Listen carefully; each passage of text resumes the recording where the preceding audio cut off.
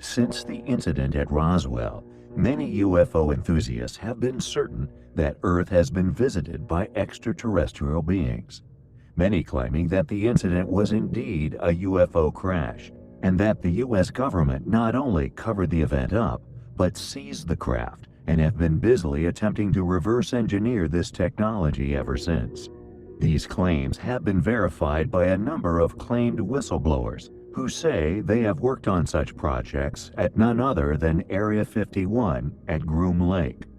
Since these claims were made, the CIA, along with many other bodies of U.S. government, have begun to release hundreds of files, including witness testimonies of countless military personnel and civilians, testimonies and satellite and radar tracks made by individuals who have either had an encounter or have experienced unexplainable events connected to mysterious craft, often moving at seemingly impossible speeds or shutting down missile silos. These events would undoubtedly be a worry to the powers that be. The concern is that a hostile nation may have developed or successfully reverse engineered these technologies in secret. However, there is also overwhelming evidence to suggest that these sightings were not of man-made craft, but indeed that of extraterrestrial life. For not only are these craft witnessed over sensitive military complexes, but a number of experiences have also surrounded schools, two of which we thought were compelling enough to bring to the forefront of our studies, this due to the number of eyewitnesses and what their testimonies suggest. Although the accounts from a school in Zimbabwe were initially discredited, regardless of the fact that over 20 students witnessed a craft land in the school field, with the students subsequently going to meet the landing craft and being no more than arm's reach from the beings that emerged, many scientists and psychologists have attempted to discredit the event by putting it down to mass hysteria. The witnesses to this event continue to argue that it did indeed occur. Furthermore, supporting their claims, other encounters have been experienced at other schools around the globe. At approximately 11 a.m. on Wednesday, the 6th of April, 1966, students and a teacher from Westall High School in Australia reported seeing a flying object described as a gray or silvery green saucer-shaped craft with a slight purple hue and about twice the size of a family car. According to the students, the object was descending, overflew the high school, and disappeared behind a stand of trees. Approximately 20 minutes later, the object reportedly reappeared, climbed at speed, and departed towards the northwest. Some accounts describe the object as being pursued by 5 unidentified aircraft. Thanks to these and thousands, possibly millions of other testimonies from people of countless disciplines, the acceptance that these craft exist has been forced upon the U.S. government and other governments globally. It would seem full disclosure, rather than the trickle we see now, is not a case of if, but is now one of when. It is a pursuit of truth which we find highly compelling. Many people believe that the brightest human of our modern age was not in fact Einstein, but was actually a man who died penniless and alone, with only his pigeons for company. A man who went by the name Nikola Tesla. When Einstein was once asked how it felt to be the smartest human being on Earth, he famously retorted, "I don't know, you'll have to ask Nikola Tesla." Throughout Tesla's life, he invented many things which have been of tremendous value to humanity. Yet many still believe that his most valuable of inventions were suppressed, whisked away into secret vaults at the time of his death. A life's work, postulations, theories, hypotheses, experiments, and inventions, all concealed from the world, hidden with the motive of protecting a status quo which is moved and shook by some extremely powerful individuals. Individuals whose empires have slowly but surely gained a stranglehold upon the resource distribution, and indeed the technological advancement of mankind as a whole. Technological advances in communication and travel have only extended these tentacles of control across the globe. Nikola Tesla often spoke of an invention which he claimed would save the world, a machine making energy free for all. Yet, alas, for some, this particular area of his work is not our main item of interest tonight. but rather his possible experience of a close encounter with aliens and his subsequent invention, which became famously known as an IFO. He eventually gained a patent on the peculiar aircraft, which he called the world's first flying saucer. Interestingly, the interior design of the flying saucer matched that of descriptions made by some who have claimed to have seen a UFO from the inside, with a discoidal capacitor that he believed was sufficient enough to provide enough thrust for the craft to fly. The design included other inventions which he claimed would have allowed the pilot complete control over the direction of the craft. Tesla even decked out the interior of the ship with flat-screen television screens and external video cameras for the pilot's blind spots. However, although the patent was indeed granted, the craft lacked a primary power source. Whether or not Tesla had actually developed this and kept it secret is unknown.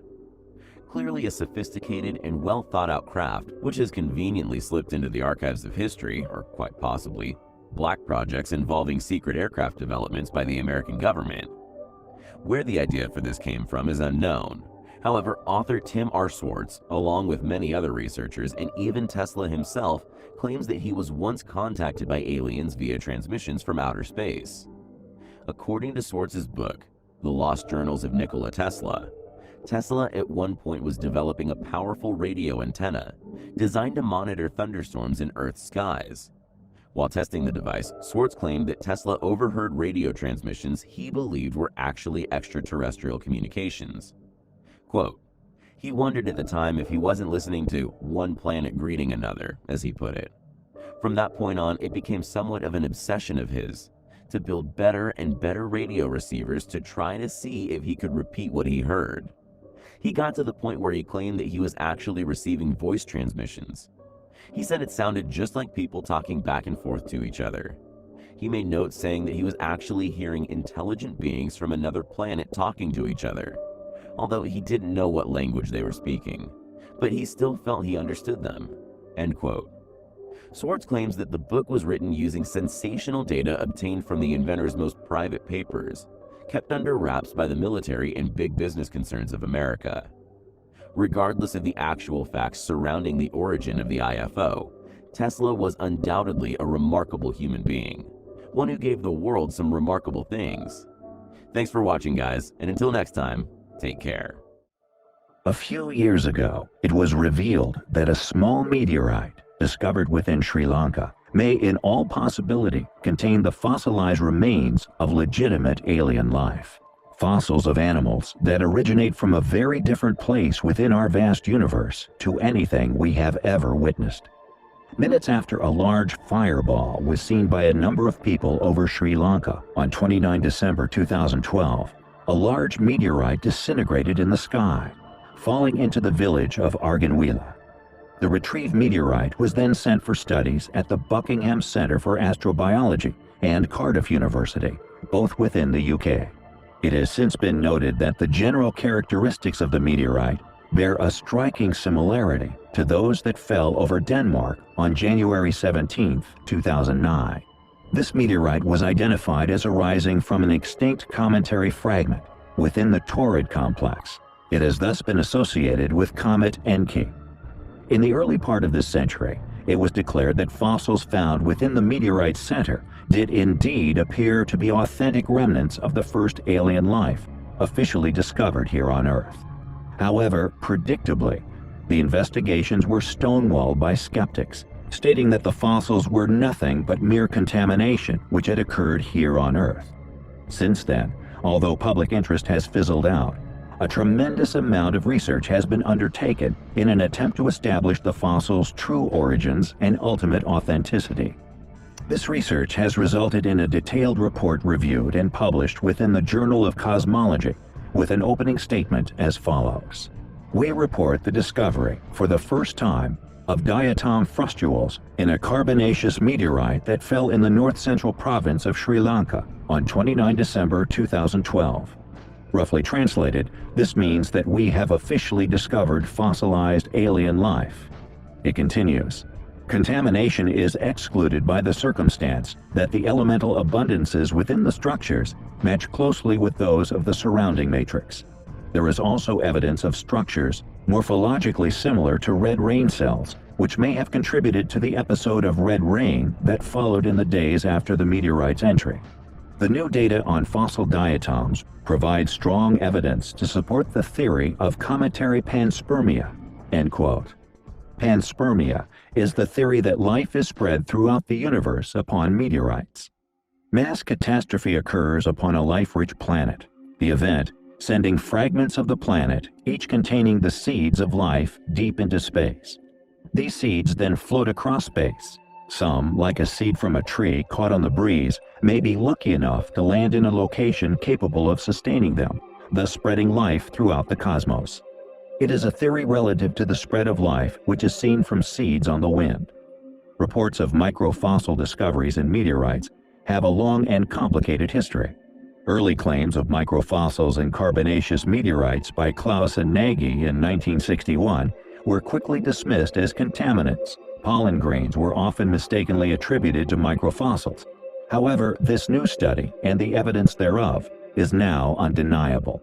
And although these tiny creatures are so small they cannot be seen by the naked eye, they harbor the power to impact all of our perceptions about our universe in a profound way. They will inevitably shape our Earth, and indeed acceptance of the fact that we are, officially, not alone.